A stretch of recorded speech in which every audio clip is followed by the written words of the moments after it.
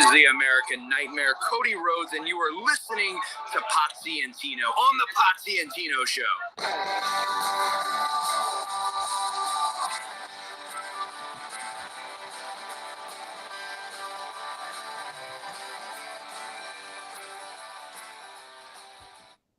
Ladies and gentlemen, boys and girls, children of all ages, the Pots and Bands Network brings you as tag team champions of the world. The Road Dogg, Tino Gray. Yo. The badass and leader of the Ass Boys, Rob Potsy Pochak. And you're an ass. That's right, the Potsy and Tino Show. As always, we are here Tuesday night, 8:15. Our theme song, as always, is brought to you by Adam's House Cats, called The Wrestling Songs, available on iTunes for 99 cents. And Tino, we've had one hell of a week of pro wrestling. But before we ever get to pro wrestling, I want to ask you, as I ask the crowd and the audience that's actually watching us, what's up with you? Whew, I had quite a few things up with me today, actually. What's up, Michael, Chris Barrett, and Joe Lowe? And we may have another visitor. I'm gonna sit there and message them and tell them we are live right now, just to see if we can get them on in the chat. All right. Anyway, I had a show Friday. And where the hell was our Friday? All my shows run together. Had a show Friday though. In Clayton. But as I was getting ready Friday, I decided I was going to lay down in the afternoon and take a nap. And as I was, what the fuck are you doing? I'm getting some M&Ms. Yeah. So dude, this is crazy. Okay. You know how like when you get M&Ms, like you get like a certain color of M&M? Yeah. Like you typically get like a smorgasbord of colors. I literally got all red and orange M&Ms. Yeah, wow. There was no green, no blue, no brown. They said no yellow. But Chris Barrett.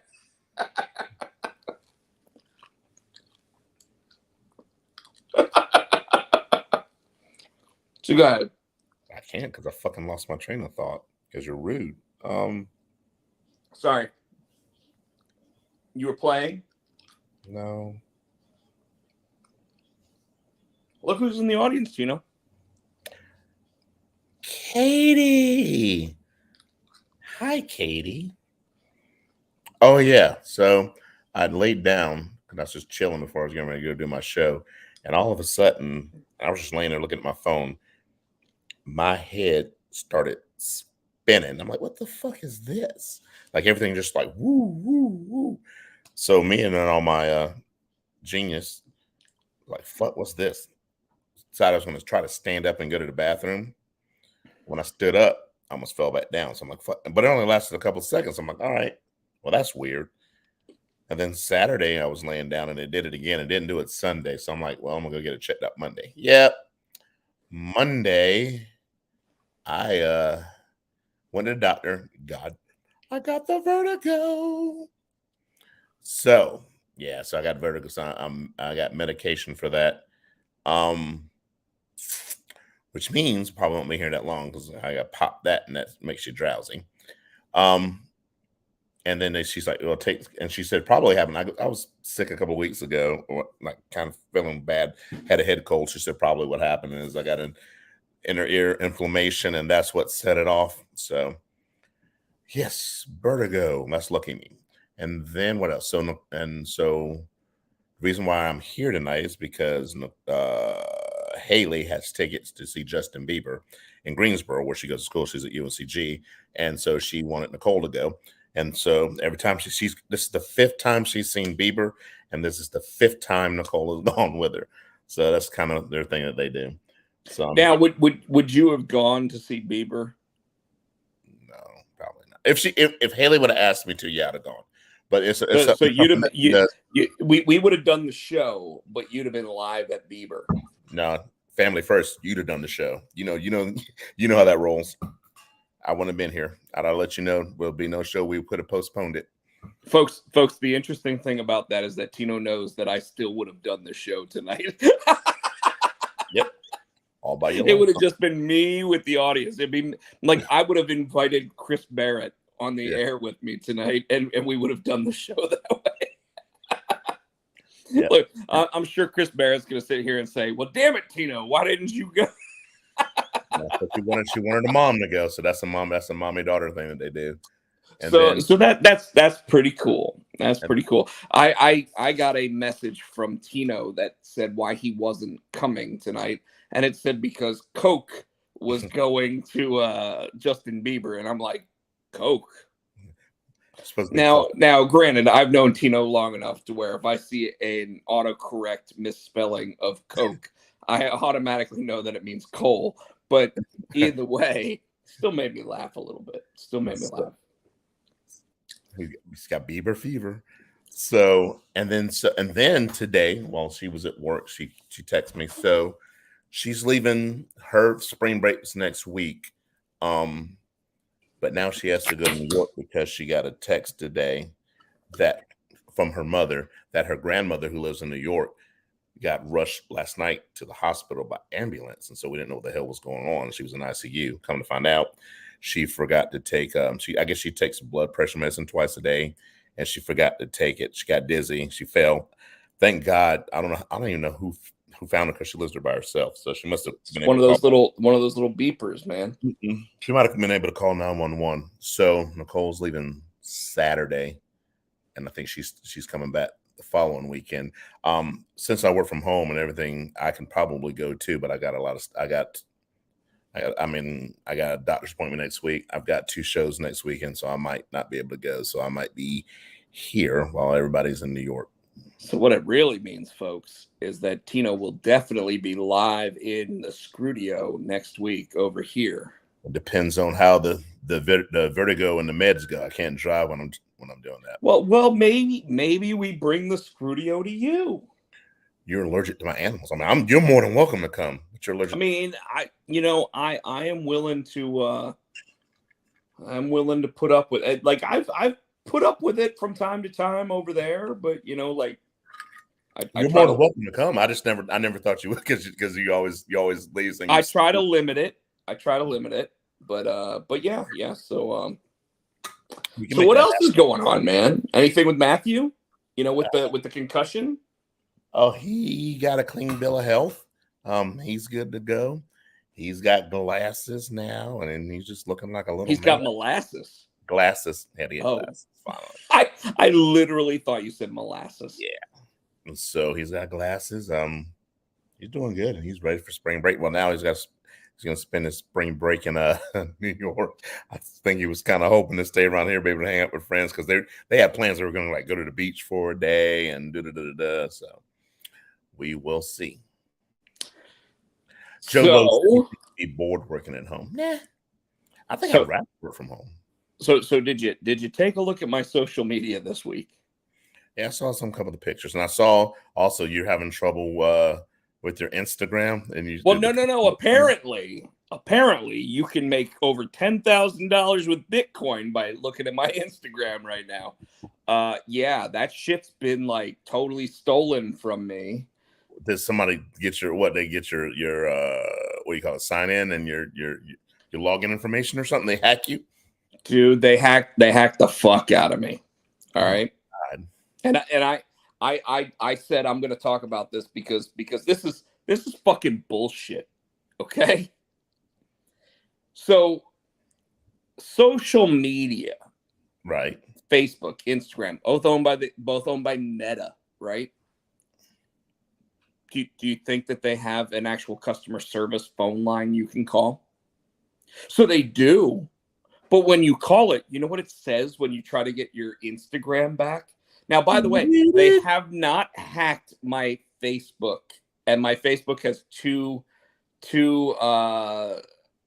feature authentication or whatever the fuck it's called. But dude, I'm so angry. Why? I'm so angry. Like, check my Instagram now. Make sure I'm that. Well, if anybody out there shouldn't be uploading nudes. No. It's because I buy tokens for MFC and OnlyFans and all. No, shut the fuck up, everybody. So this is what legitimately happened. Okay, you want to know what? Do you want to know what happened? Yeah. Yep. So all right, the players, the naked pictures of Charlotte. No, that was not what happened. No, here's what happened. I got a random message from a friend of mine named Jay. Okay. She is a blogger about horror stuff. So all of a sudden, I get a message. Thanks.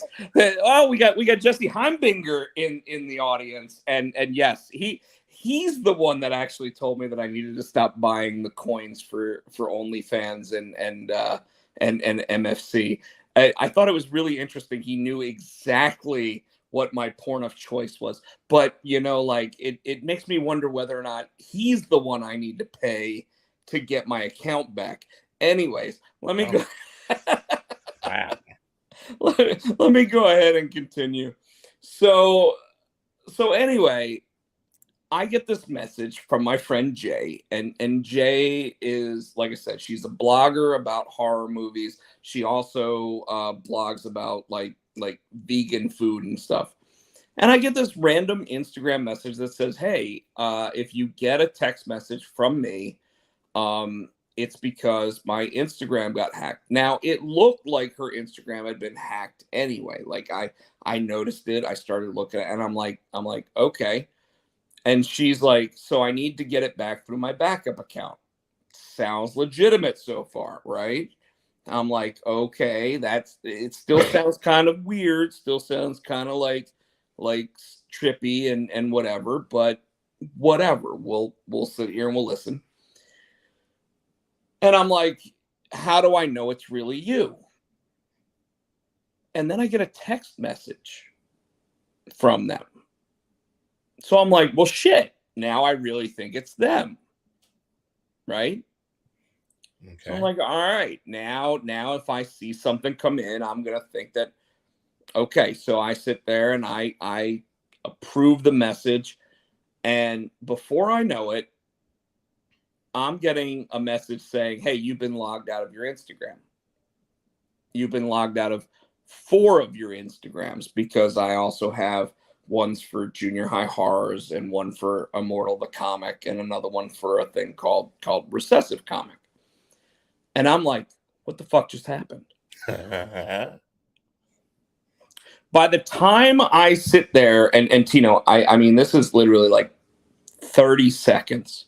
By the time I sit there and go, no, I want to sit there and redo the password and set up 2-step verification and all this other stuff. Too late. The phone number's changed. The email has changed. The 2-step verification has been set up by somebody else. So here's what's crazy about it. The 1st-step verification goes through me. Well, it's probably when they changed that phone number. So it went to that phone number more than likely. Well, here's what's crazy. The 1st-step verification still has my phone number and my email address. When I sit there and put in the code that they send to those email and those phone numbers, the second one sits there and has the other phone number and email address attached to it. Oh, they're good. They sit there at like Instagram, sits there and says, "Hey, put in a video of you turning your head so that way a picture of you on Instagram on your account can verify who you are," right? You know what fucking happens? 6 hours later, I get a message that says, "We still can't verify your account." Are you fucking serious? I sent them pictures from my account with my name on it that were me. And they still Wow. Can't verify me. So I then go and I do the entire process again and say, I don't have any pictures of me on there because obviously your fucking algorithm that you fucking use is fucking garbage. Right. We can't verify your account, even though at 1 o'clock in the morning yesterday, they send me, we want you to send a selfie with you holding up a sheet of paper with this code that we sent you, your account number, and your official, like your name. Now, this was actually from Instagram. That sounds fishy. No. It's from Instagram. It is from their official security covered site, right? I send them the picture of me holding the code up that says, hey, motherfuckers, this is me. This is my email. It didn't say my email address, but it said, this is my name. This is my account name. And this is that code that you just fucking sent me, right? All that. You know what happens? 4 hours later, so 5 a.m., they send something that says, we still can't verify that this is you. Just so you know, I didn't just send the picture that they required. I sent the 3 pictures of me on my Instagram account that were sent in the last month. And they're telling me, even to this moment, that they still can't verify me. Damn, somebody got you good. Well, it's not just me. Because here's the problem, okay? So here's what's really interesting. Saturday, I get an email that says, hey, your Discover card just got used. Was it you? Right? And I'm like, I haven't used my Discover card in 15 months. Definitely not me. Let me go ahead and hit the no, that wasn't me. That's and how they get you. I immediately get the phone call from Discover card. Hey, we just noticed that somebody in Los Angeles, California used your card. Was it you? No. Okay. Do you want us to go ahead and change the account number and send you a new card? Yes. Okay. Do you want it sent to this address in Atlanta, Georgia? What? No. I'm in Durham, North Carolina, like I have been for the last 15 fucking months. Okay, let's go ahead and move you over to the fraud department. They move me over to the fraud department, get me taken care of like this. Because Discover Card and any credit card company, by the way, because they're run by banks, have laws. And they can't sit there and treat you unfairly because there are laws. But Facebook and Instagram have the ability to sit there and just say, hey, prove that you are who you say you are. Even though the account is named Rob Pochek and the email address rpochek@gmail.com sound like they should go together. This J at something at Gmail, because it's all star, whatever. We're going to go ahead and send your verification email to them, even though that obviously is not the person that set up the fucking account. So you know what I do? I do all this. 1 o'clock in the morning, 5 o'clock in the morning. I'm still sitting there. I'm still trying to figure this shit out, right? And doing all this, setting it all up, trying to send whatever. Keep getting the emails back from Instagram that says, we still can't verify your account. Well, motherfucker, the reason why you can't verify my fucking account is because you won't give me a fucking phone call because you don't have anybody in a fucking call center. You legitimately have a phone number that starts with 1650 Instagram, and you don't let anybody call it to talk about customer service. What happens when you call that number? It says we don't take customer service calls at this line. How fucking stupid is that bullshit? Wow. So I send a tweet at Instagram. I get 17 replies from people trying to unhack accounts and blah, blah, blah. You know, most of them have 0 followers. Most of them haven't actually been around for more than the 5 seconds that the hacker has hacked your fucking account, right? Find one. And I even told them I was going to do this, right? Find one that had 400 followers. Sit there, I pay him $30 because I'm like, you know what? $30 sounds like a fair value to get my Instagram account back based on how much I make per hour. Right? So if it takes 2 hours, I've already spent less money than it takes for me in a workday based on all that shit. Get past the first step verification, everything, and all of a sudden I get a message back that says, hey, did you set up this 2-step verification on your account? No, I told you that at the beginning. Well, it's going to cost more money. Oh, so now you're fucking extorting me. So is this somebody you found? Yeah. Twitter? It is, but again, I made sure that it wasn't somebody that just set up their account. I made sure that it was somebody that had multiple, like, and when I say multiple, I mean like 500 followers and everything else. You know, like, so it wasn't a small account, right? This person is still trying to extort me on top of the extortion of my account already being hacked. And I know I sound like an idiot for this.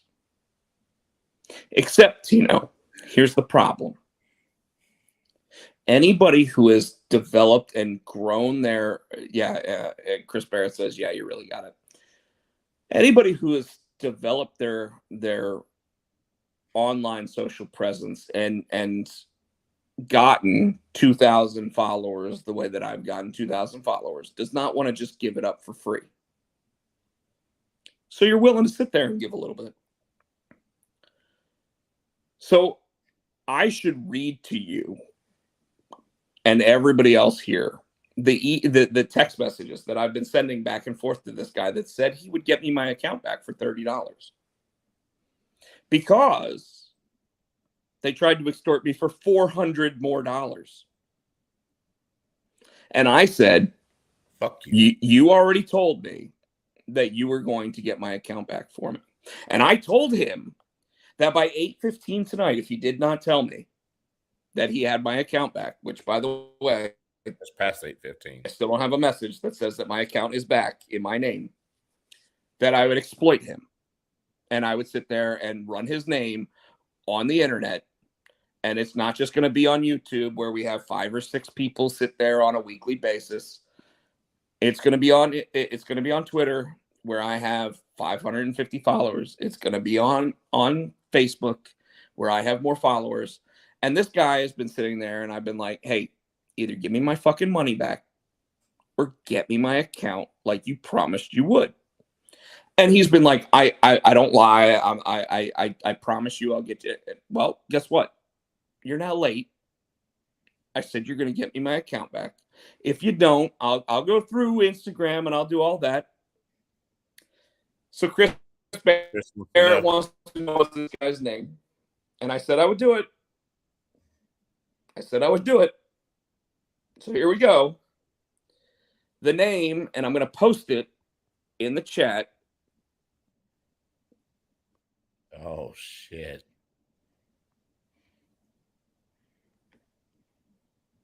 Put it on the screen. There. I still don't have my account back. I've called the guy a liar. I've called him extorter. I've called him a cheater. I might as well just call him Eddie Guerrero. Because he lies, he cheats, he steals. And I've even said in the messages that I've sent do you think it's funny continuing after you promised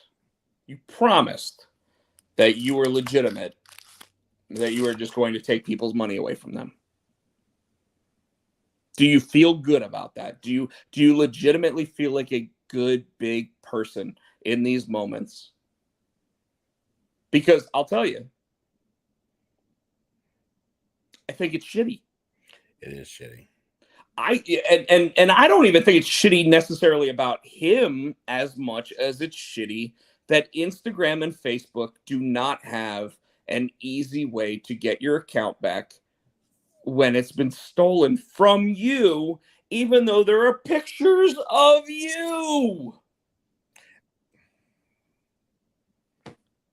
Like, how the fuck is Instagram, which is all about an instant photograph, and Facebook, which is about your fucking face?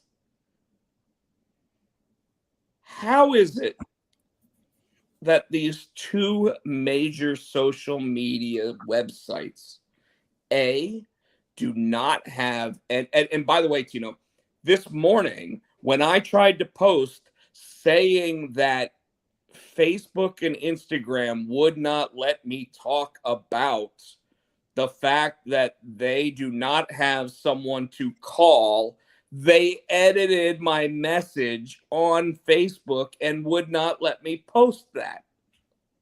What?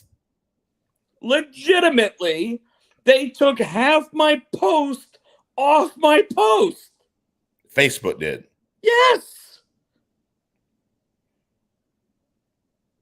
How the fuck does that happen?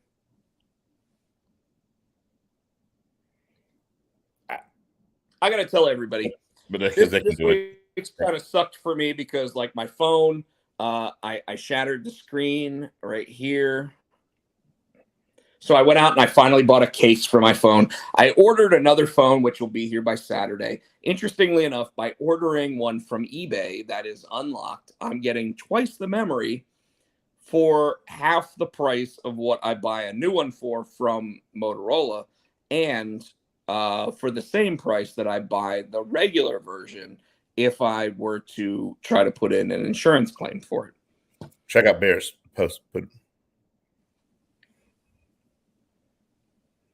Oh, yeah.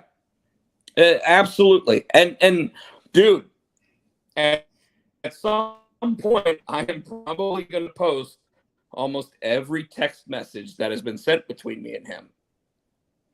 By the way, interestingly enough, his name is Robert. And Tino, you want to know what his brother's or his cousin's name is? Take a guess. My name's Robert. Bob. It's probably your brother's name. One of your. God. Dave. Dave. Dave. Yeah. His cousin's name that he mentioned, which, by the way, the whole time, dude is sitting there saying, I didn't realize they were going to try to extort you out of more money, right? Who said that? Then he sits there and says, I helped get a woman back her account yesterday, and they tried to say that she was going to have to pay $400, right? So I literally took I took a capture of that moment, and I said, so you're lying? And he said, I'm not a liar, sir. Please don't call me a liar. And I said, sir, well, yeah, of course he's calling me sir. I paid him money. But he's like, sir, don't call me a liar. You're lying. And I'm like, but you just said that you didn't know they were going to try to extort me for more money, but you just said that she got extorted for more money yesterday. So you knew they were going to extort me for more money. Mm-hmm. Give me my account or give me my money back. Such an asshole. And you know what? I'm gonna sit here and go ahead and one more time. Still don't have my account back. Really, Katie? Really, Katie? What did she say? Okay. Was it Tino? Is it Tino stealing my account? We love you, Katie. We missed you. Michael Turner says it was the Russians, but I don't think the Russians are this sophisticated. Chris Bear, where did you have to send the money to? Was it Western Union? No, I sent it back to 1885. Wow. But all right. Want to go ahead and give everybody a heads up. We are official. We are going to Fayetteville Comic-Con once again. I will be a special guest at Fayetteville Comic-Con once again. On top of that, it was made official yesterday that I will be officially at Carolina Fear Fest in Raleigh in May. And it was also made official that I will be at Heroes Con in Charlotte in June. Wow. So there are 3 official announcements for everybody out there. Obviously, I was talking about the comic book that I'm drawing last week. I still have to write another half of the latest junior high horrors, which will be out in July. But we do have books scheduled for July. Then I've got the horror book.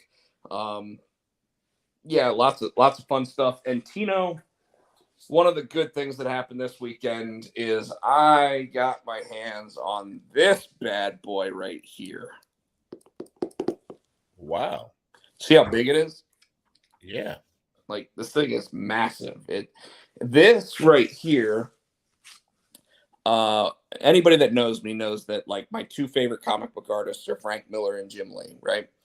And this is the 1990s Jim Lee Artist Edition X-Men book from IDW. What that means is that it is the size of the original artwork, 11 by 17, original scans of the artwork. So they legitimately look like they were just done with the ink and everything else. That is cool. So like there's certain pages, and I still haven't opened it. It's still sealed. I got it at Atomic Empire in Durham, North Carolina. They had it for 40% off. So I was like, fuck yeah, gotta get my hands on it. And that was right before I broke my phone. So that was right before this damn shatter right here on the phone. But anyways, the really cool thing about it is that it is legitimately the same size as what the comic book art that Jim Lee and Scott Williams for X-Men drew back in the 90s. That is cool. Now, here's something even cooler that people don't really recognize or know about this. Chris Barrett might know it because he's a big time comic book geek like me.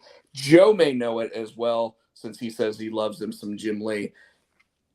This is the first time this artwork has been reproduced in high quality and high scans, which means even when the books came out back in the 90s,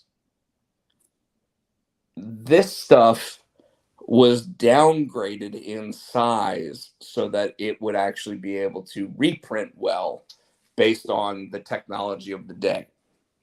So this is the first time that when you actually see the artwork, every single line and everything else is not blurred or anything else. So when you look at the original comics back in 1991, 92, whatever, they actually have blurring and everything else because the scanning technology wasn't nearly what it is today.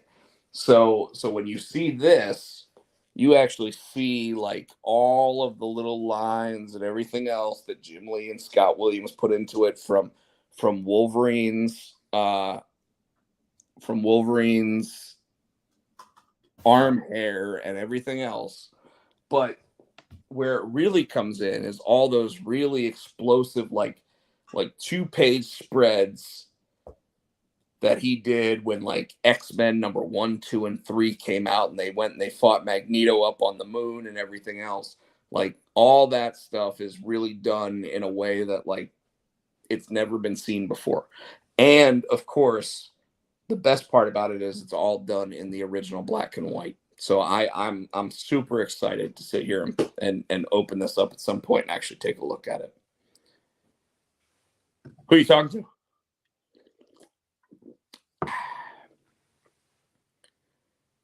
Matthew's in trouble, apparently. Yep. I mean, anyone who knows anything about photo editing knows that when you shrink a photo, you lose photo quality. Absolutely, Chris Barrett, without a doubt. However, they used to do it where they would shrink it down to like 8.5 by 11 and then scan it back up to 11 by 17. So you would have lost all the detail and then tried to put it back on that overall size. So it really lost a lot of the detail and fidelity. Whereas now, IDW and their artist editions, again, like this thing is fucking massive. I mean, like that's my arm against the book. So that's just telling you like exactly how big this damn thing is. Sorry. No, it's fine. To use a toy term, the original art is a 2-up, meaning that the art is twice the size of an actual comic.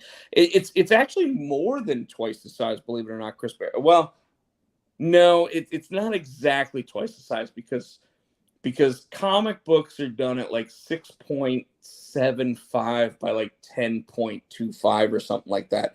So it's more like comic book art is done at a, I want to say like a 67%. But regardless, it's always weirded me out because like why not just draw at the size that it is if you could actually do that? But whatever. So where the hell do you keep these? Right now I just keep it in my living room on my coffee table because they call it a coffee table book for a reason. But it sits right next to my damn big Sin City book, which as Tino saw just a couple weeks ago is over 1,300 pages of Frank Miller artwork. And so now I've got both of those. I also recently was able to, I want to say about 7 or 8 months ago, procure an actual Jim Lee original sketch, which I never thought I'd get my hands on because I could never find one that was valued at a decent enough price. And then I finally had a guy on eBay notice that I was watching his auction that he wanted like 500 American dollars, but he was selling it out of Canada. And but Michael's talking about UNC losing. We'll let Tino speak on that in a minute. But the comic, the Jim Lee original sketch was something that I wanted to get. And those that know me at this point know or should know that I have 4 of the original 7 image creators artwork. So I have an original from Todd McFarlane. I have an original from Jim Lee. I have an original from Mark Silvestri, and I have an original from Eric Larson. So the 3 that I'm missing are Whilce Portacio, Rob Liefeld, and I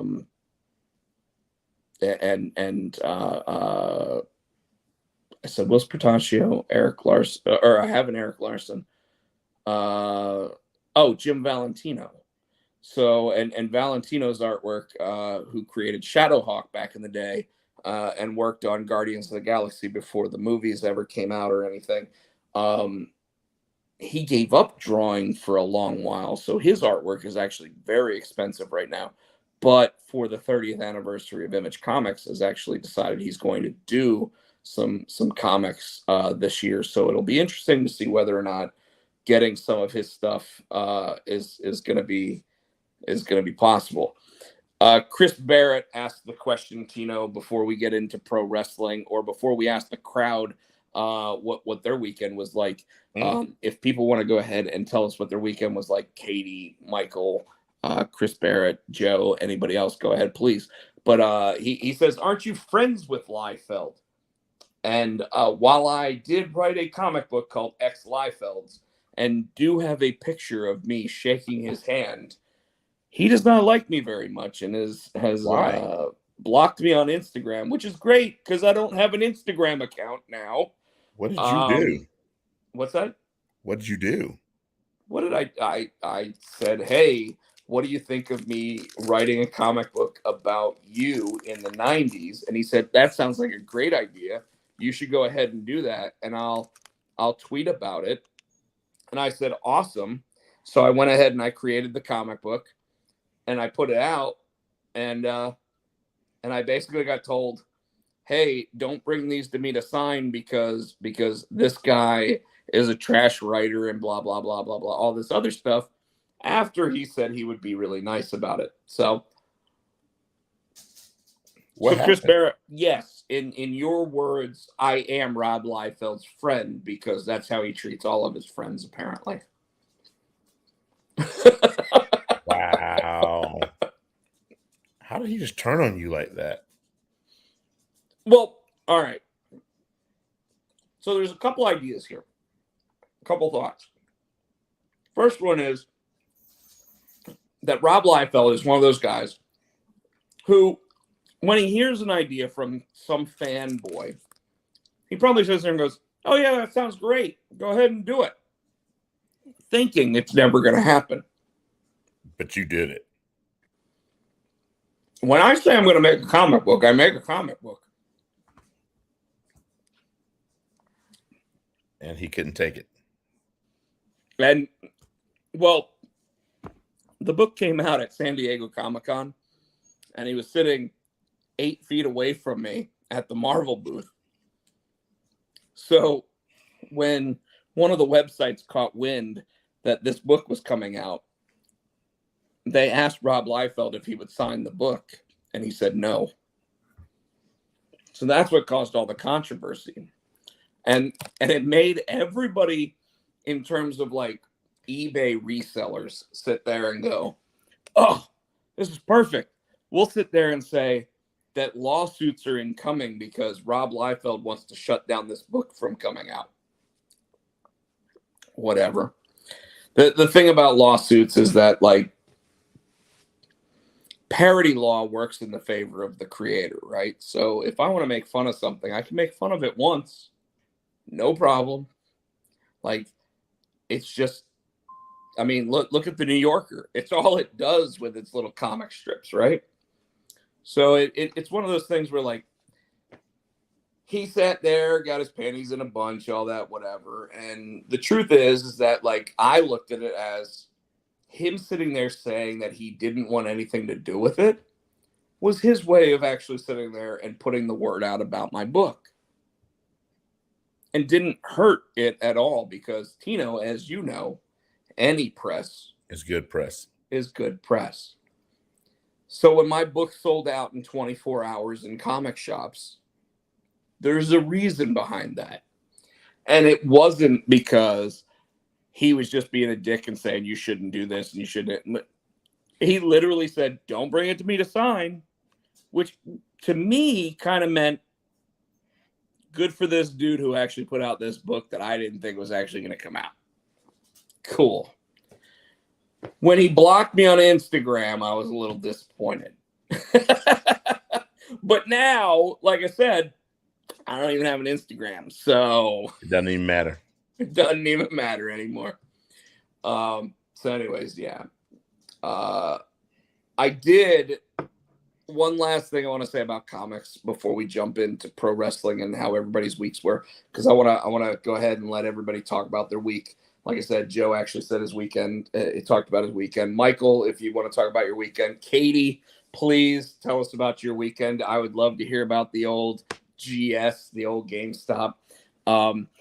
One last thing I do want to say about comic books is that I was talking to my buddy Troy, who was the artist of the Mangolorian, and he's working on a book right now called Kid Slapshot, which I'm editing for him, and I'm doing covers for each of the issues because, you know, like I want to help him.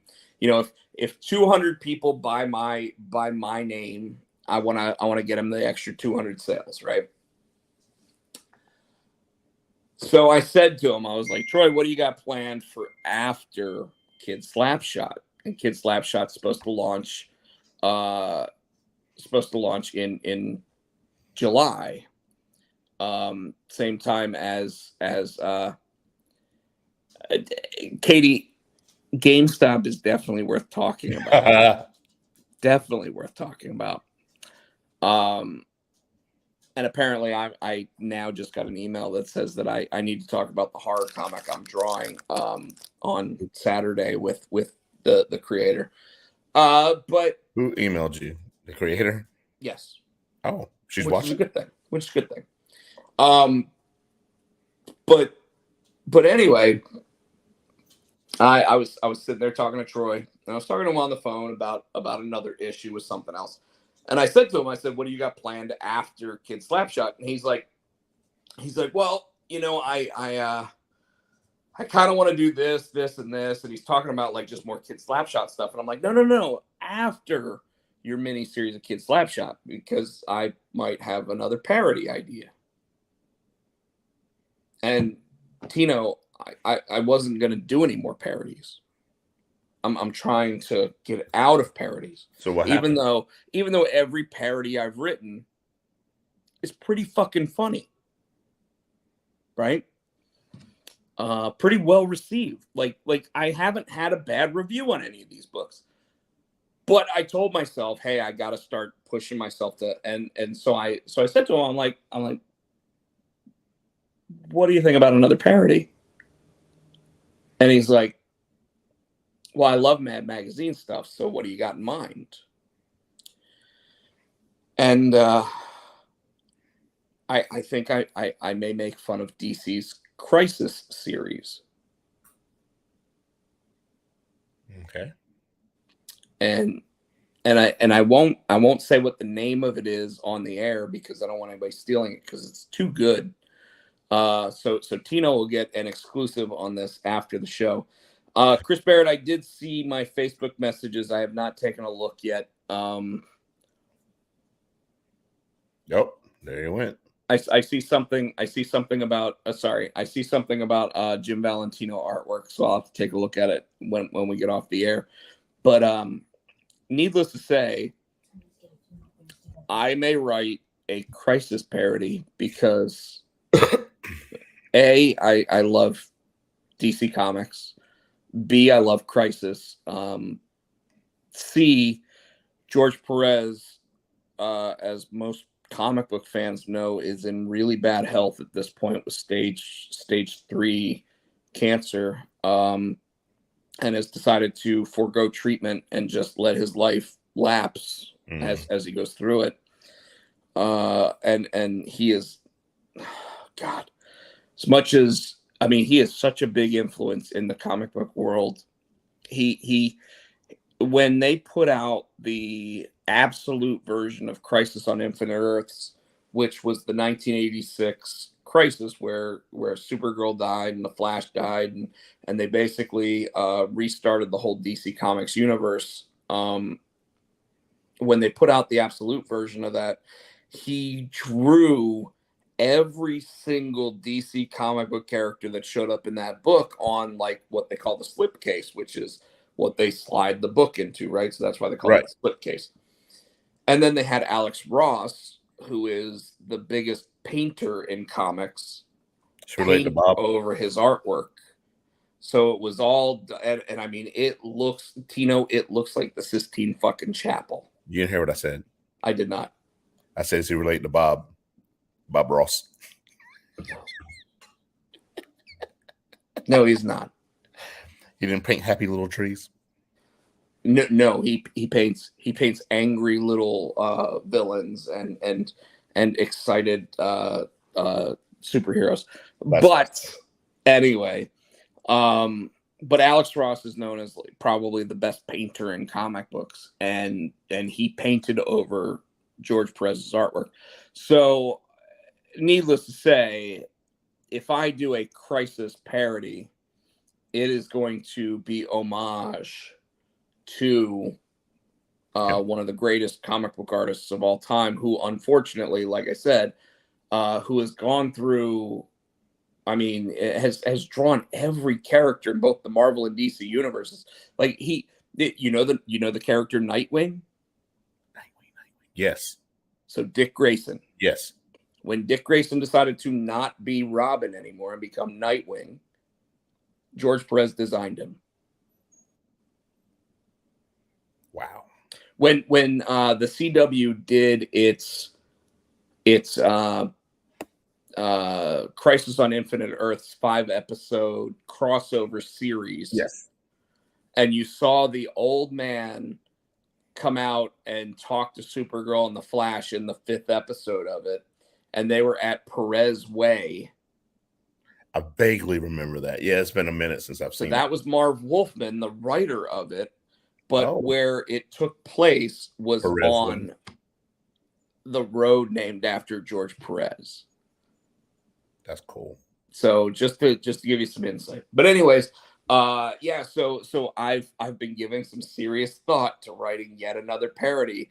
And when I was out singing karaoke last week, Cliff Bleszinski was sitting there and he's like, Rob, you know that you're a better writer than just writing funny books, right? And he's not just, when we say funny books are comics, but he means parody books. And I said, Cliff, I gotta tell you, I totally agree. I have plenty of ideas from horror to sci-fi to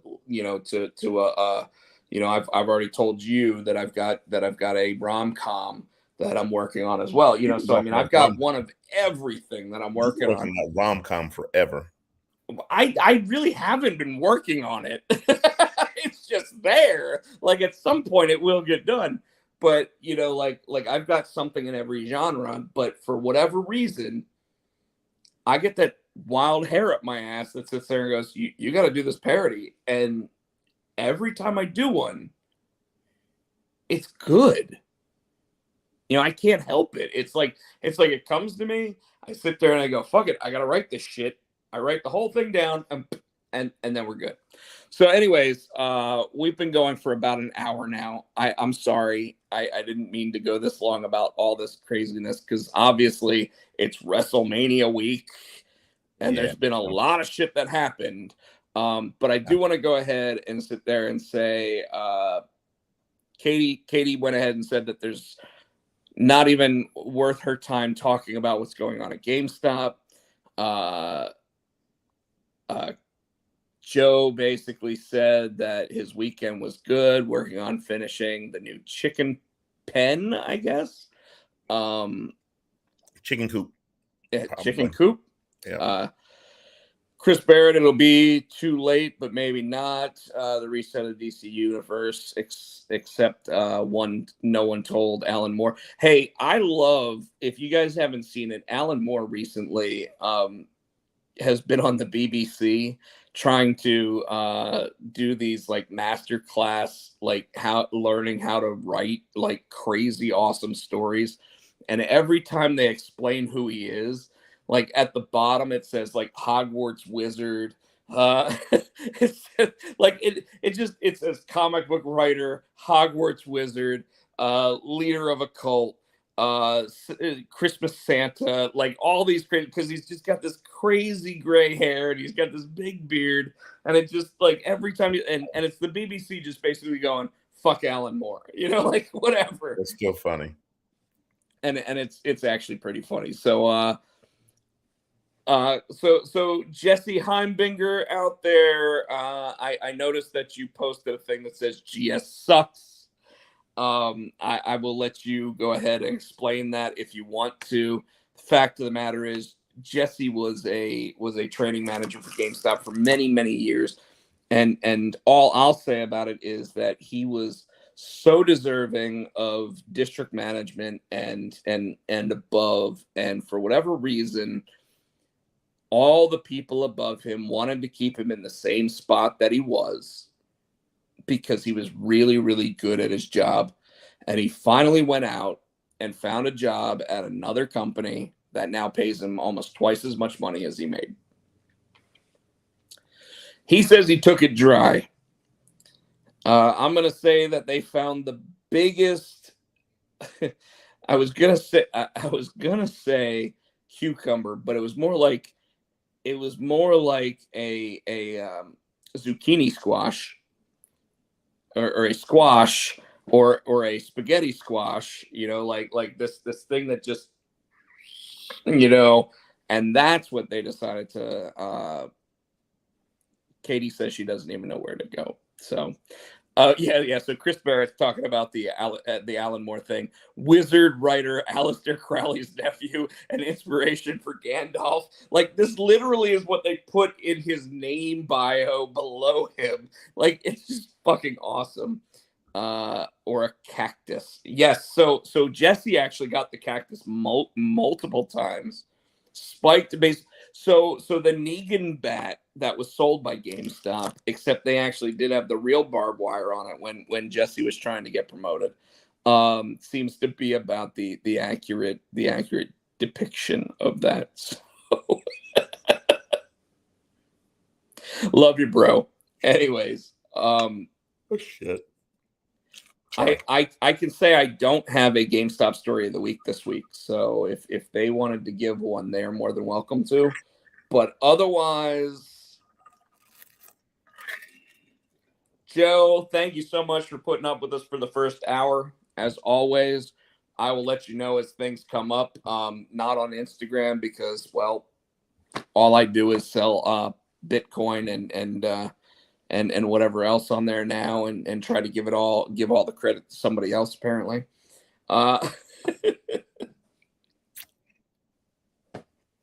Chris Barrett wants to get to pro wrestling. So, Tino, Katie, everybody else that's not here for pro wrestling, have a great night. If you haven't watched the Stone Cold Steve Austin Stunners on Pat McAfee and Kevin Owens, I would highly recommend it, but not the one on Vince McMahon. Unless you watched the new video that I posted on our Facebook group, where the editor of that absolutely deserves a raise because he made it look like it. He literally turned lemonade out of not even lemons, but like a lemon plant. So, with that said, Tino, good night, anything Katie. You want to talk about from Dynamite or Rampage?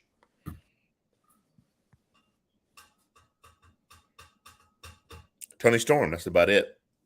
Tony Storm showing up? Sure. Okay. Yeah, that's about it. What do you want to say? That's all worth mentioning. I don't want to talk about it. I'm just saying Tony Storm showed up. She was the mystery person. Oh, yeah. I don't know if it came if it was on Rampage or Dynamite, but one of my favorite spots is when Hook was getting ready to give his backstage interview. And Danhausen tried to come back there and curse him again. And he's like, Hook's uncursable. Taz's like, Hook is uncursable. Oh, God. Yeah, so that's about it. I got a kick out of that. So, I guess as we talk about pro wrestling, it's probably important to talk about the Hall of Fame presentation. And seeing the Steiners come out, being introduced by Braun Breaker. Mm-hmm. And, of course, Braun Breaker saying, probably the biggest mistake I'll make of my entire career is handing the microphone off to my Uncle Scott. I thought it was hilarious. I haven't watched. I need to go back and watch it. And then Scott Steiner took the microphone and he goes, giving me a live mic is a bad idea. And as soon as he said that, Rick grabs the microphone and takes it away from him. And then Scott just looks at him and he goes, all right. He gives him back the microphone. And Scott gives a very, very good speech. Very poignant, very to the point. And the one point that I think he makes that everybody should take into their real lives, not just pro wrestlers, but everybody, is that he said, enjoy the moment. Enjoy it because you're sitting here doing all this stuff and you're working up to 200 days a year. You're doing all the, and I mean, the rest of us are working up to 300 days a year, right? and we don't get to enjoy it. So he said, enjoy the moment, have fun, smile, laugh, do all that. And it really, I mean, it resonated. It you know, and then he told the story where he said that he used to travel with Macho Man Randy Savage when he first started with WWE, right? Back in like 1992 or whatever. And he said they were driving in upstate New York and Macho Man told him to pull the car over. Like upstate New York. I mean, we're talking Glens Falls where Hacksaw Jim Duggan was born or some shit, you know, like there's nothing up there except cornfields and cows, right? And Macho Man sits there and he says, brother, how about you and I, we go try to call the cows, and whoever gets the cows to come to them first, the other one buys dinner. And Scott Steiner's like, well, fuck it. Sure. We'll sit here. We'll see who can get these cows to come first. And he gets out of the car and he's like, cows, hey, come on. And he's trying to get the cows. The cows aren't moving. And finally, like he goes, fuck it, I give up. You know, he gets back in the car. Macho Man gets out of the car, and 3 seconds later, you see all 3 cows come running towards him. And Steiner's like, I never did hear what Macho Man had to say to those cows. But to this day, I think he knew who those cows were. And that's all the joke was. But Macho Man won, so Scott had to buy the steak, you know? Still not sure why Charmel was voted into the Hall of Fame. They definitely handpicked the people that were going to talk nice about her, I've kind of felt. Her speech was very good. I was blown away by it because it was very humbling and everything else. But at the same time, I think she knew that she had to give a very welcoming speech because otherwise people weren't going to accept her. Then they did the Shad Gaspard warrior moment. And this one choked me up a bit because, you know, like Shad Gaspard died trying to save saving his son, and trying to save other people that got caught in the undertow of a large set of waves in the ocean. And JTG came down to the ring where they were doing the presentation with Shad's wife and son. I saw a clip where he was doing the old Crime Time thing with Shad's son. I thought that was kind of cool. Yeah, and that was the big moment. But then his wife actually sat there and said, "The one thing I want you to remember is that you had a badass dad." I saw that clip too, and that messed me up. I mean, it was one of those things where you're like, yeah, it doesn't matter how big and bad of a person you are. Like you hear something like that, you just like instantly you're like, you know, like that kid's gonna be in WWE in about 10, 15 years. And then there was Vader. Yeah. And Vader's son and his wife came out, and of course they said, "What time is it?" Yeah. And they did the whole, whole Vader time and everything, and that was great. I thought it was cool that they had the helmet that he had in the original helmet they had in WCW. That was cool. Yeah, the thing that looked like it was right out of like Fallout, you know. And then the man, and they showed those when they were showing those clips. First of all, it surprised me that Vince said Mark Calloway, the Undertaker, and that's the first time that, because Taker, if you follow his career, he kayfabed everything. He did not kayfabe anything. I'm sorry. Everything was real. He didn't leave the arena. He played the Undertaker. He didn't. If he was in public, he was in character. So it was cool that he said Mark Calloway, and it was cool to see the Undertaker. Really, he was himself, get choked up and try not to cry. Well, Taker himself said in an interview, like before the whole thing, he said that the The job that he had was to make Vince McMahon cry. That was his job. That was his job right there during that moment at the Hall of Fame, was to make Vince McMahon cry. And you know that when they gave each other the hug, Vince McMahon sat there and said, "I love you, Mark." And then Undertaker didn't want to let him leave the ring. But Vince, like, dumped out of the ring really fast. Mm-hmm. So the way I describe it is that The Undertaker gave the best TED Talk I've ever seen. Yeah, look at Chris Barrett's thing. And I was thinking the same thing. Why did he have that Janet Jackson, Britney Spears microphone? I mean, he literally gave the best TED Talk ever. He went out there and he finally broke kayfabe. And he gave like the three levels to create success. And literally I was like, this is a fucking TED Talk. I was waiting for like the big TED thing to come up by, like right. But it was great to see him.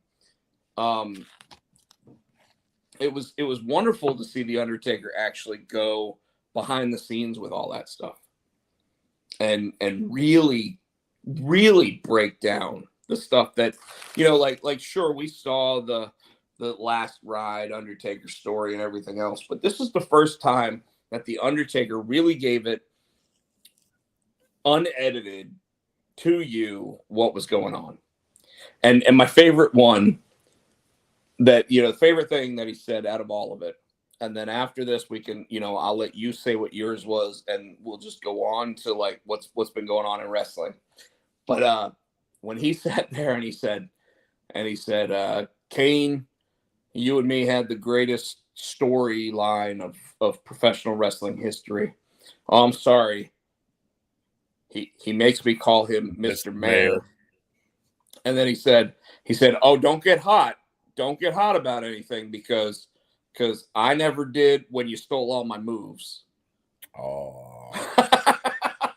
Oh. And it just makes you sit there and go, that son of a bitch. But he was right, absolutely amazing to see all that. My second favorite part of the entire Hall of Fame thing was when they showed the preview for Kevin Owens versus Stone Cold Steve Austin. And they came back, and the crowd, because obviously they're in the arena, the crowd is booing Kevin Owens, and Bobby Lashley is grabbing him by the shoulder and tapping him like it's okay, man. It's okay. You did your job correctly. Like, it's all right to get them booing you like this. Wow. It's pretty impressive. I'm gonna go back and watch it. Totally worth it. Totally worth it. But to be fair, Kane did get hot when Undertaker tried to kill him as a child.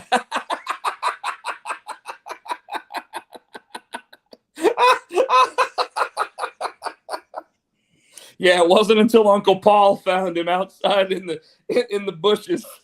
That's terrible.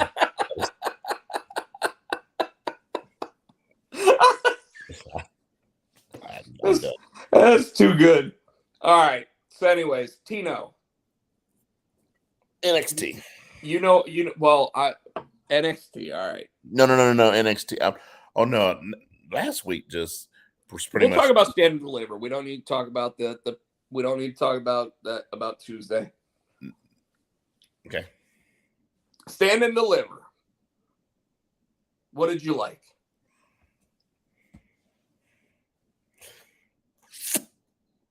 I liked Cameron Grimes. I called it. To that LA Knight, I knew he wouldn't win that match, but I was kind of hoping it would. I don't know.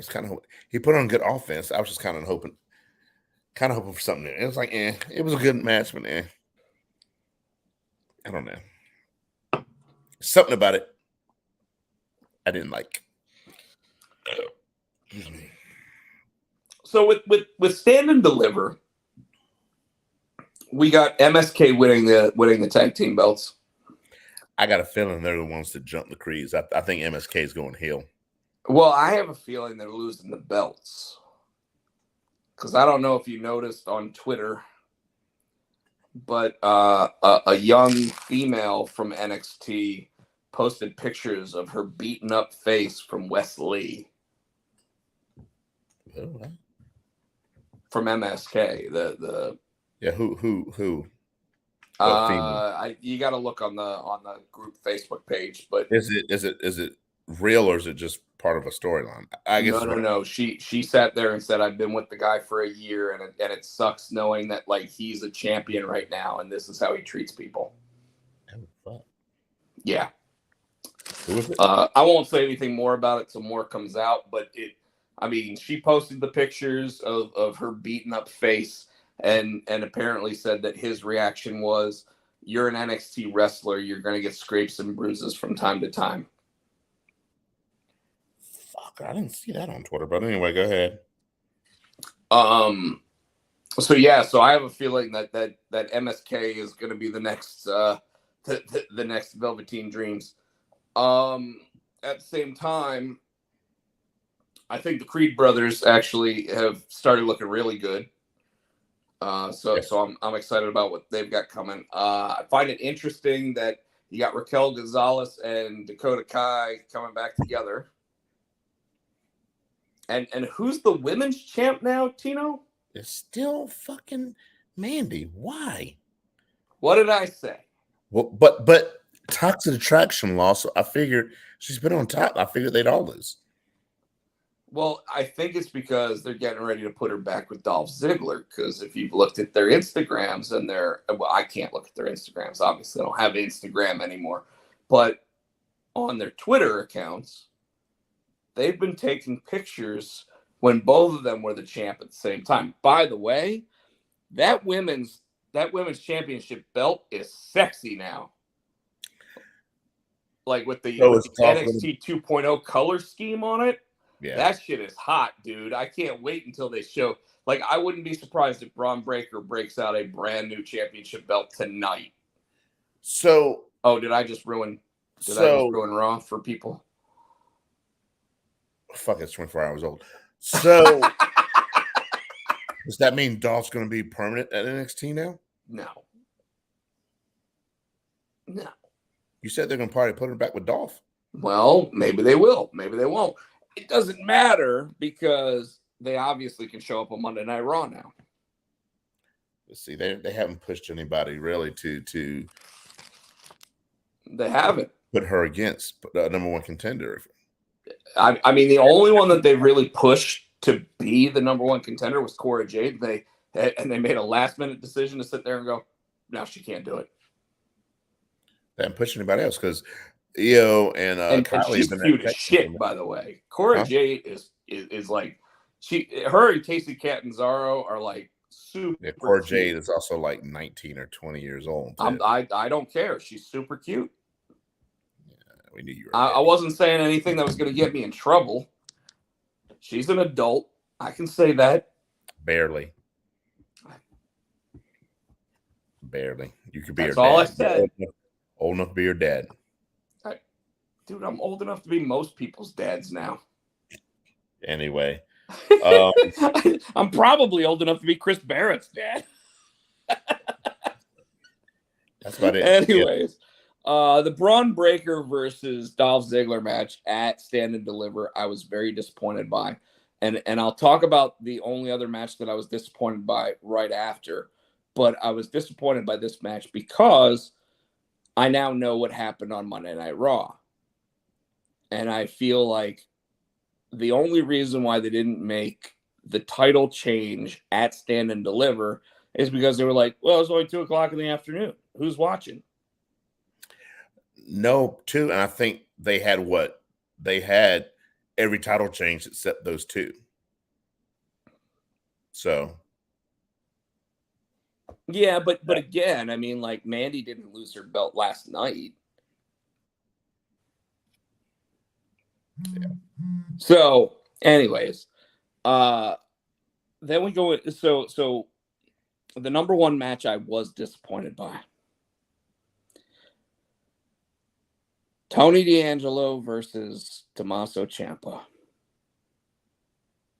Now, why have him lose? Well, I made such a good point as to why he should win. That's why you're asking that. Because if you remember, your statement was D'Angelo's going to win that match. And I said, don't you think this is one of those moments where you can have him walk out on his own terms and he doesn't have to do the job? And then you finally agreed with me. So I was originally right, though. So you were. And I mean, ultimately, it's the right decision, specifically because the way that it ended is you don't know if Tommaso Ciampa's showing back up or not. Like, it looked like the end of Tommaso Ciampa. For NXT, I'm sure he'll show up on the main roster. I don't know, man. Like, we don't know his contract. Like, he might have sat there and said, sure, I'll show up on Raw a couple weeks to sit there and really try to drive the championship belt or whatever, but my contract's up at blah blah blah, so let's just run out at Mania, especially because even though we did get the Triple H Night 2 moment where he put his boots in the ring at WrestleMania in front of 78,000 people, after Ciampa lost the match, Triple H's music hit. And he walked out and he hugged Tommaso Ciampa. And he hugged him as if like he's losing a son. Or he could have been proud of him. Look what he did for. Or I looked at it as Ciampa carried NXT for a while. And I looked at it as Triple H, like, hey, you helped me build this. Thank you, kind of thing. Yeah, no, I agree with you, man. I mean, Ciampa was there for 7 years. Yeah. Think about that. 7 years. And Johnny Gargano on Twitter even said 2 guys that weren't even given a contract had to fight our way to earn a contract, then got put together, even though we hated each other, became best friends, worked together, put together the best matches that the company had for like 5 years. This is your moment, is basically what he said. And like we still don't know where Gargano is going to end up. At this point, I'm wondering whether or not Ciampa's contract's over. It's mind-boggling that they would ever let those 2 guys go, especially knowing what we saw from the talent that actually decided to re-sign at WrestleMania, right? So it's mind-boggling, but again, even the way that Johnny was sitting there saying this is your legacy and everything, like, it feels like it's the end. It doesn't feel like we're gonna see him on Smack, and if we do, we're gonna see him as Ezekiel. We'll talk. We'll talk for like 8 seconds about that because it makes me disgusted. But all right. Here we go, Tino. Right. Best moments from WrestleMania. What do you want to talk about first? Which night? I don't care. Let's start with night 2 because I felt night 2 wasn't as good. And that worked. No. Yeah, no. Cody came at 1. He did. Okay, night 2. Night 2 pissed me off. And you got that text from me. All right. Let's not start there. Let's start with okay. Even though it got a Stone Cold Steve Austin moment, let's start with Pat McAfee. Did he exceed expectations at Mania? Yes. Did Austin Theory exceed expectations at Mania? I was surprised at Austin. Yes. They put on a hell of a match. Did Vince McMahon exceed expectations at WrestleMania? When he took off that, at first I'm like, he's not getting the ring, and this bitch still had the wife beater he had on 1996. And well, it was a white wife beater when he first put it on, but that thing was black as sin by the time he got that shirt off, and it was time to go home. Go ahead. he was old man Jack. I mean, you could tell he used to work out, and he still had a little definition to him, but it was kind of flappy definition. I'm like, Vince, no. He had okay. So there comes a point where your body just doesn't hold that muscle mass. Yeah, and like he still works out, but I mean, like at 76 years old, I was shocked and impressed. Yes. Chris Barrett, that was hilarious. That did make me laugh. That made me laugh when he was just laying on the floor like a fish. He's like drinking the beer after he got stunned. So all right. If people here didn't actually watch or listen to the Pat McAfee show Monday, he admitted that everything after the Austin Theory match was completely improvisation. So the Vince McMahon match, he kind of knew it was coming, but he didn't get told what he was going to do. So he just had to sell for him. And the Stone Cold Steve Austin moment, he wasn't told about. So when Austin came down to the ring and Austin stunned Austin Theory, which, by the way that Austin Theory's legs kicked in midair. Now, granted, when he did the second rollover after the kick in the air, I was a little disappointed. But the kick in the air blew me away. And then of course Austin went after McMahon and did it the right way. You know, he's like, hey, you want to try my new beer? You want to try the new beer? And he's like, are you going to try to stun me? He's like, no, I'd never try to stun. Why would I try to stun? Why, Bob? Come on. Vince, it's you and me. It's 30 years. We don't do that anymore. And then of course McMahon's like, all right, let me try the. Oh, hold on. You know, this is actually pretty good. Kick to the stomach. No, it's not even a stunner. Because if I don't know, I can't tell if Vince. They played it off good, like Vince tried to get out of it, but I think Vince stumbled when he kicked him. So I'm gonna say this. I don't know if you noticed, but Vince ruined the moment when Austin Theory and Vince McMahon were standing there. They started to play Austin Theory's music, and Vince looked shocked, like, and then all of a sudden, like he looks at Austin Theory and he's like, oh yeah, let me, like, and then all of a sudden, like, then the glass shattered. And that was the shock. Like, he ruined the moment. Yeah, I didn't notice it. It's okay. It was a great moment. And, of course, Austin gives McMahon the stunner. Then he brings Pat McAfee back into the ring, has a couple beers with him, tells him to get up on the, and McAfee goes up there. And then he's like, come on back down. Let's have some more beers. And only drops one, by the way. It's good. Catches. They brought Mike back, so they brought the guy who actually was his cooler thrower. They brought him back because I mean he knows how to throw beers apparently, nothing else, but throw beers. But anyways, brings him back in, gets to look at McAfee, sits there, does the old smack, and then starts pouring him down and hits McAfee with a top 5 stunner of all time because McAfee just sits there and goes.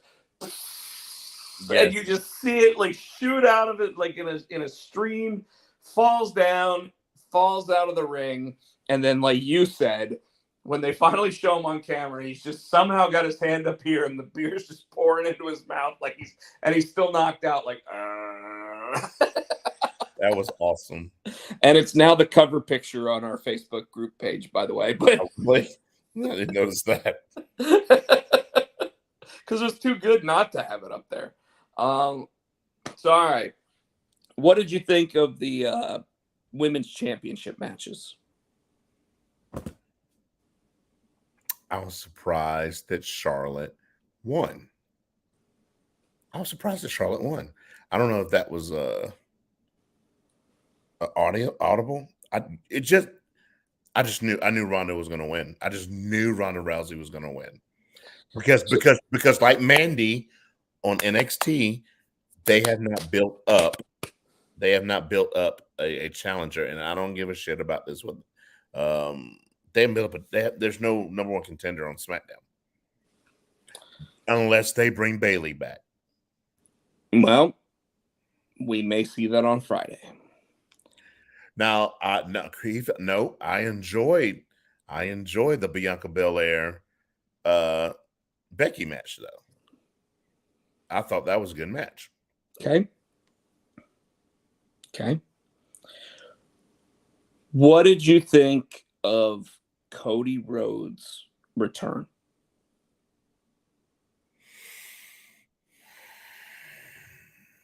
We knew he was coming. And he did the little cartwheel and oh shit. Sorry. I knocked my computer off the stand.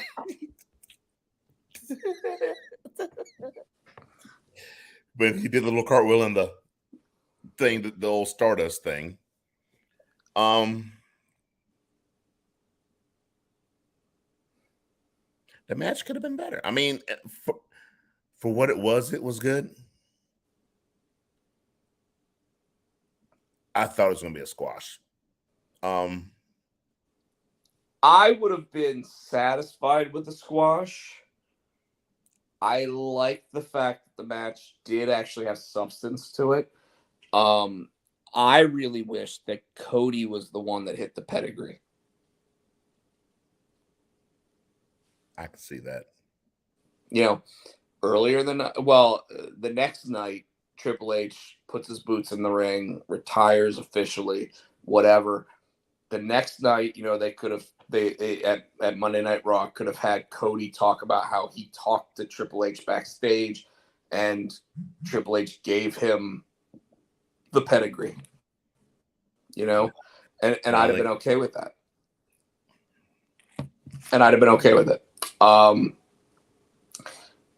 The Cody cutter off the top rope. Very happy that they let him keep the music, and they let him keep the whole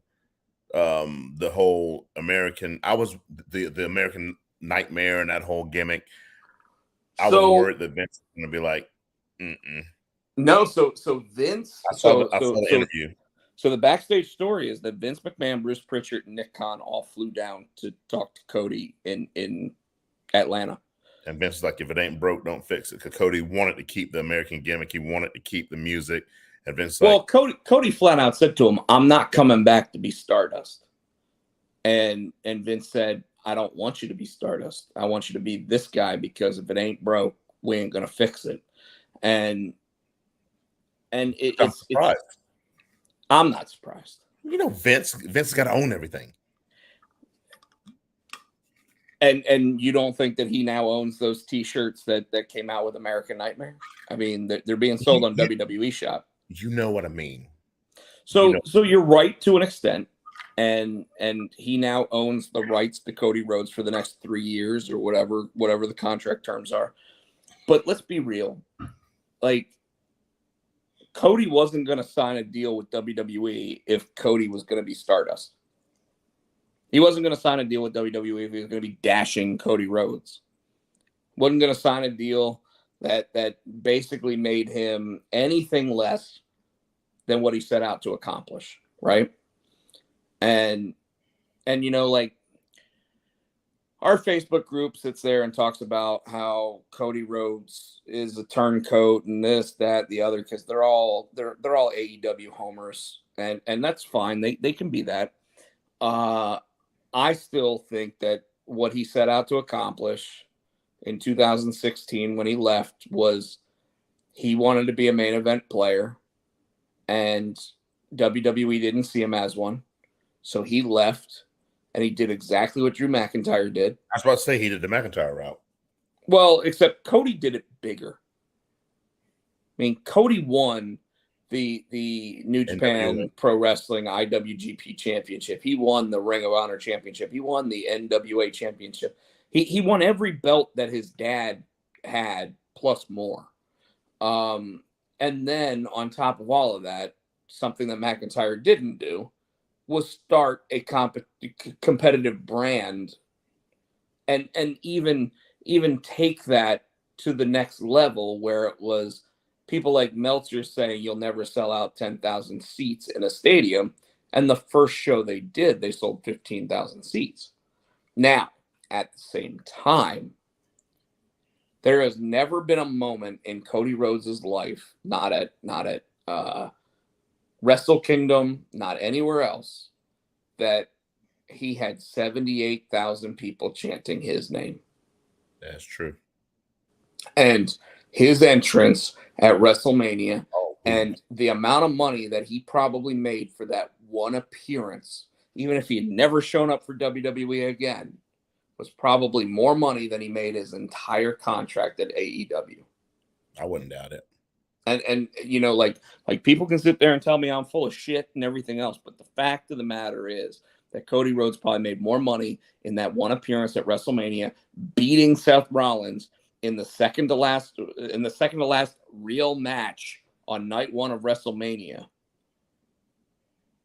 Basically beating the biggest name on Raw because Brock Lesnar hadn't been on Raw in 2 months. You know, it's crazy. Obviously, for me, the biggest moment of all of WrestleMania was Stone Cold Steve Austin having his first match in 19 years. And still got it. The only thing that I would have said that WWE should have done better is give him a shirt that was one size smaller. All these commercials I see on TikTok and Instagram. Well, I don't have Instagram, so I can't say that. But all these commercials that I see for T-shirts where they're perfectly fitted around the belly. Why was his so loose? Because he's been drinking beer. You know that's an engine for an ass kicking machine, son. I also thought it was funny that, you know, his knee brace was already coming undone like Kevin Owens on Monday night. Like it was funny. The same fucking knee brace and it still hadn't been fixed. So he just took the strip out of it and just threw it on the ground and kicked it out of the ring. Kevin Owens jump on that damn four-wheel and not know how to start it. Stone Cold just came up, hit in the back of the head and went. Dude, I love the fact that they brought the four-wheeler out there because they knew that if Austin had to run down the ring and run back up, he was going to be so gassed that he wasn't going to be able to do it. Now, that son of a bitch, though, night 2, sat there and ran all the way down that damn thing. Now, he didn't really run. He kind of just did the Stone Cold Stomp or whatever. But he wasn't gassed. Neither night. Him taking the suplex in the crowd, I was like, the fuck's he thinking? Right? And then after all that, my favorite moment is I'm sitting there going, I wonder how he feels Sunday. Right? Mm-hmm. Well, that son of a bitch came back down to the ring on Sunday, so we know he didn't feel that bad. Yeah. And apparently he was sitting in the back at catering with Jerry the King Lawler, and he goes, I can see why Lawler likes this so much. This was a lot of fun at his age. Like what the fuck, right? That's awesome. So I absolutely love that. The Edge versus AJ match was disappointing, and then of course the main event. What's the Damian Priest thing? I'm like, what the fuck is that? I'm okay with Damian Priest wanting to match up with Edge now. Are they trying to do the House of Black? No, fuck that, man. Like, don't ever sit there and say Edge has the suit.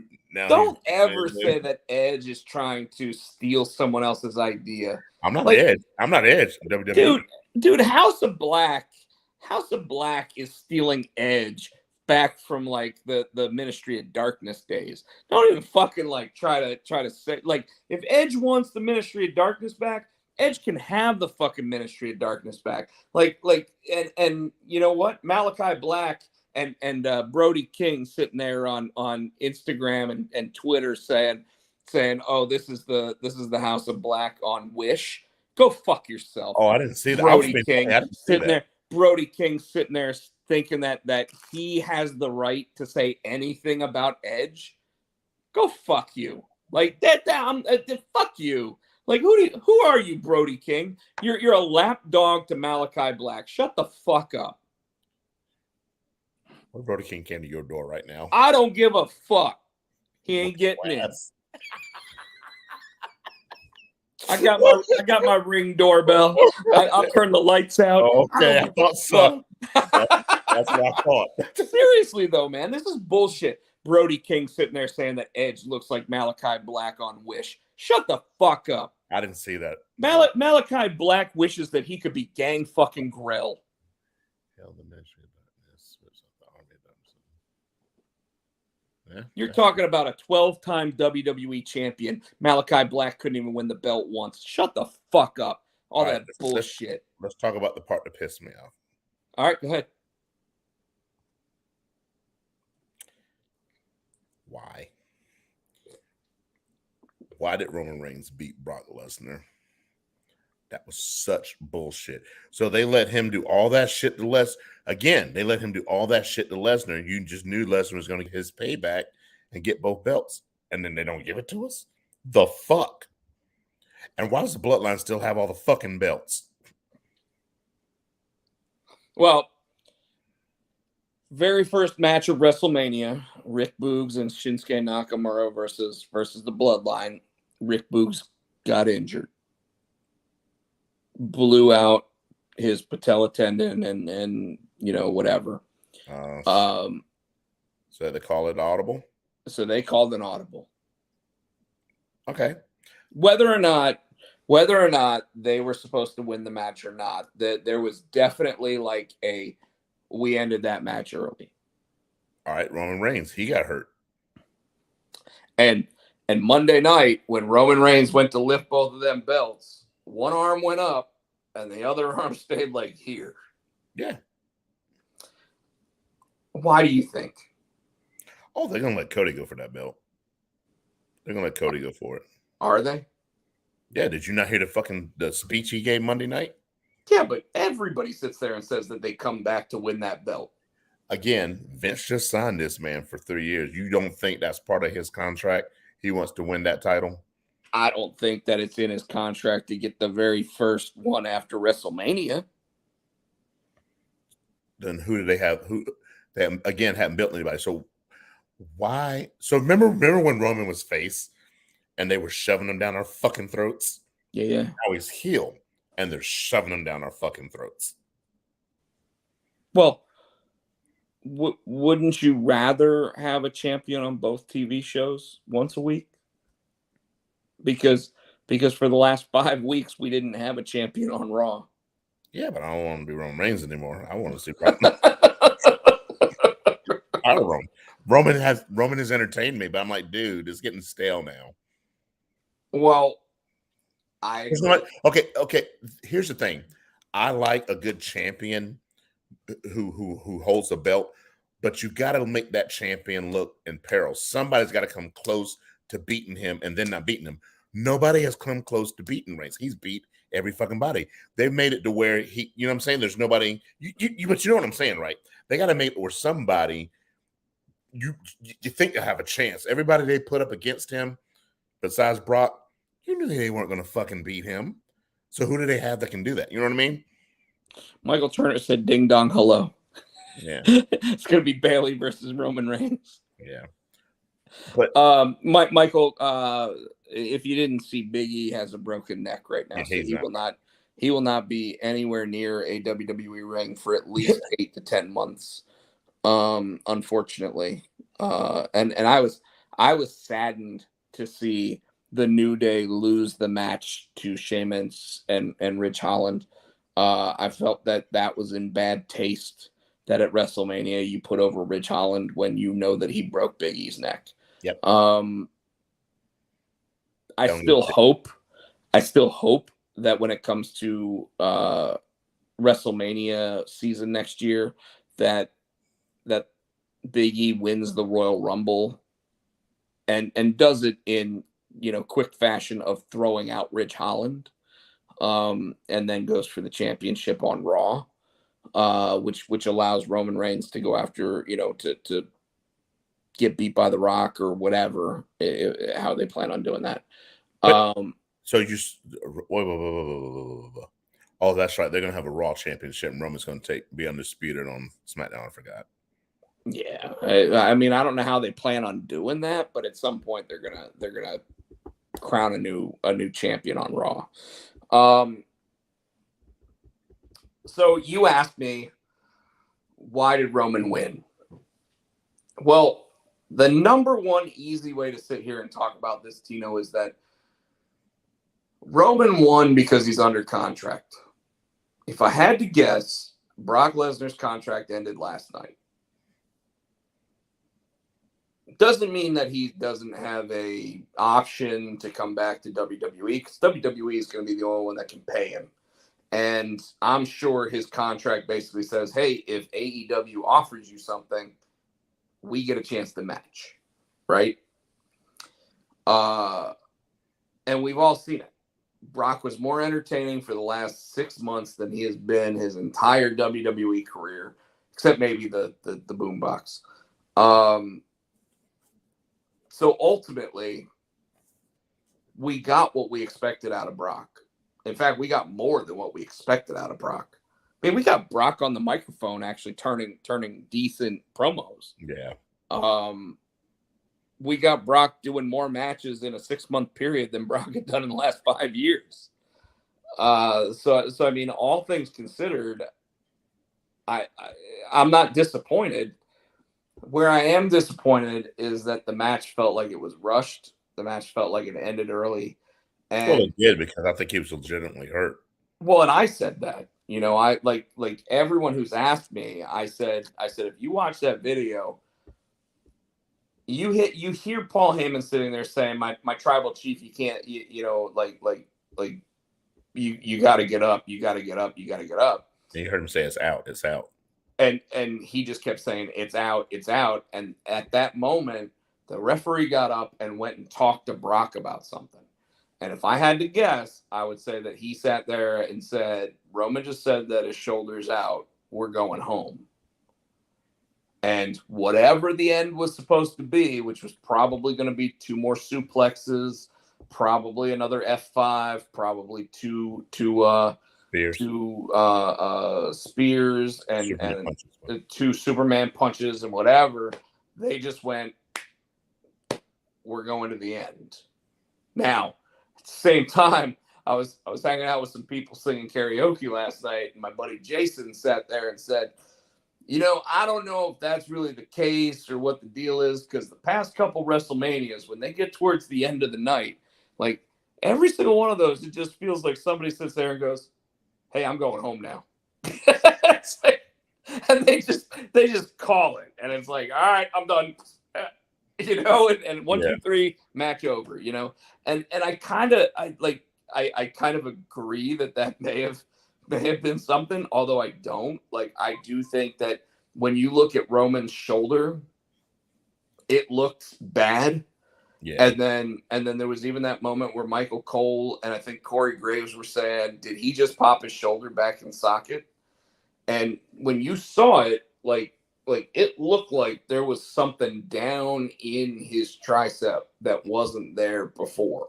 Mm-hmm. And when he finally like jacked it back up, now he was able to get that arm up there, but I think that was purely adrenaline at that point.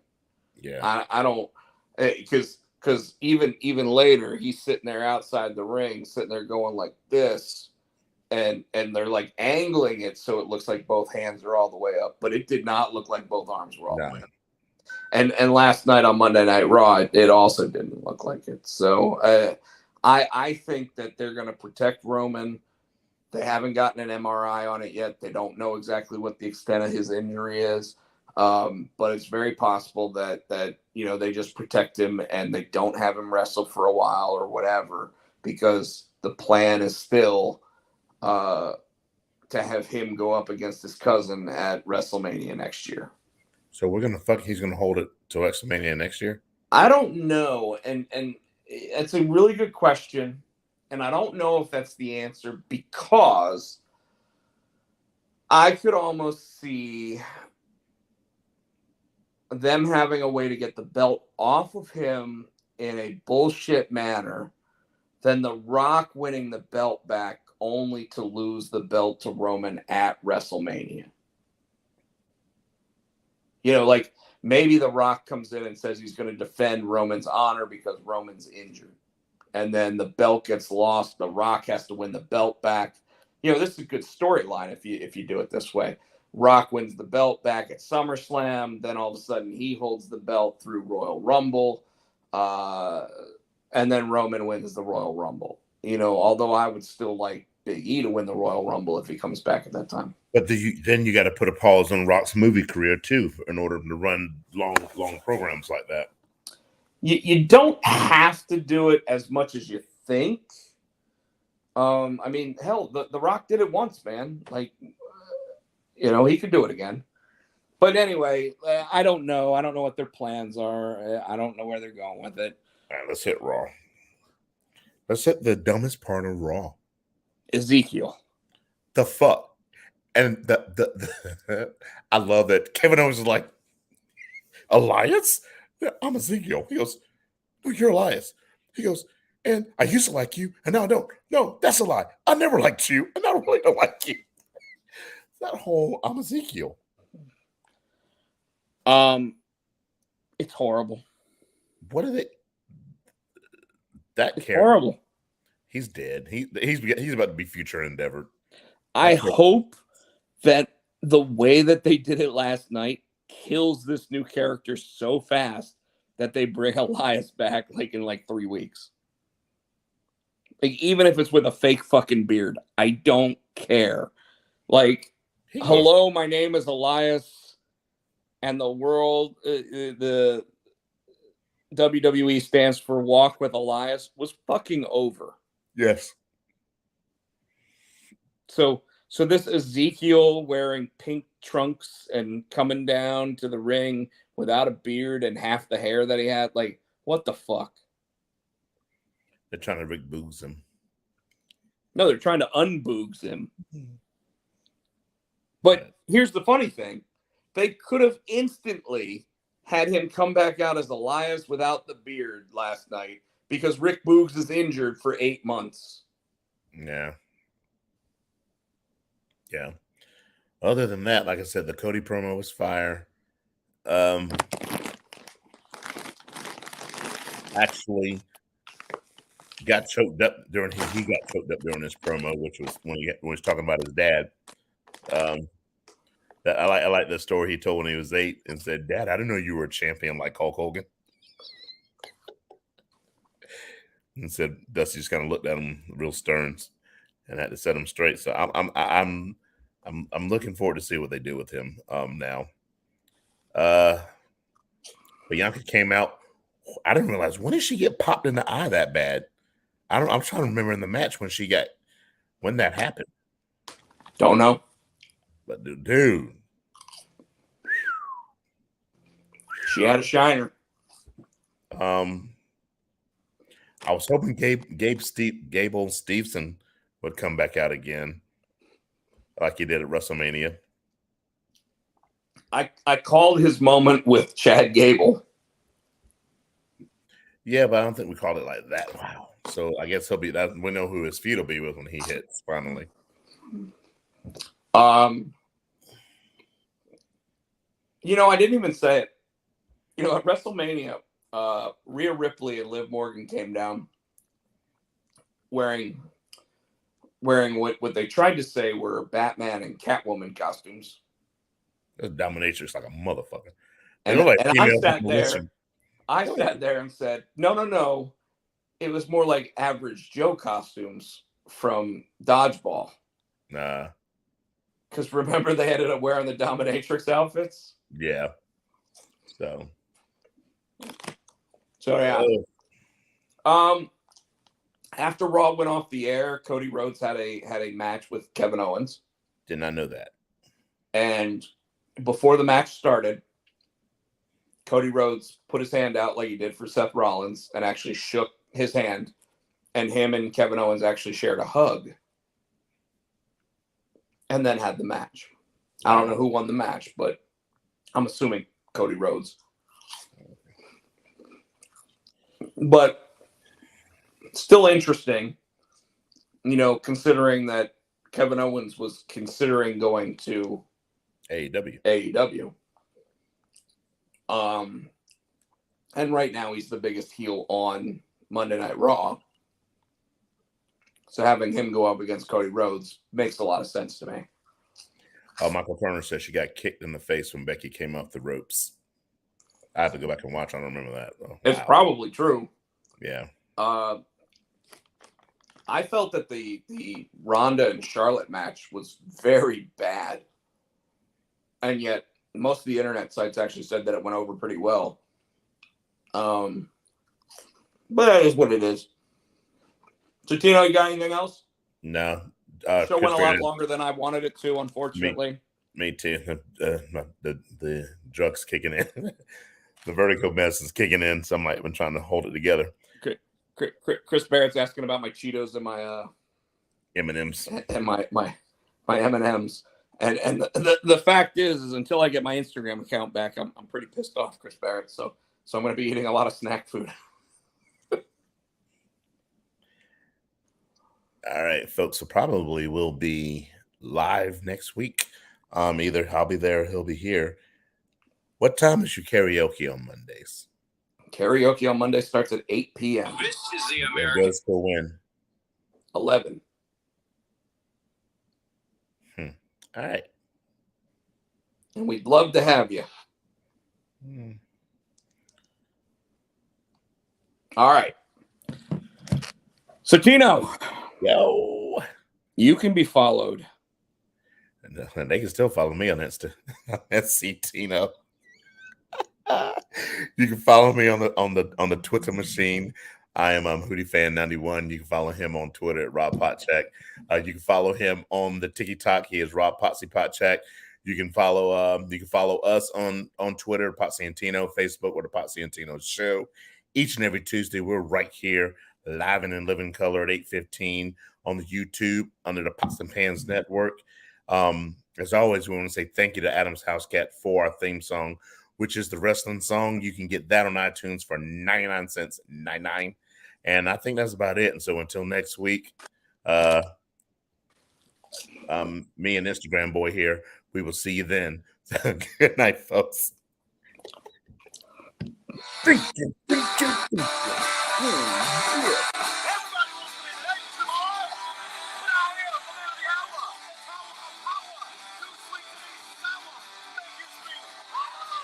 Bastard. Mute my mic, some bitch. No, bitch. Refuse to be silenced.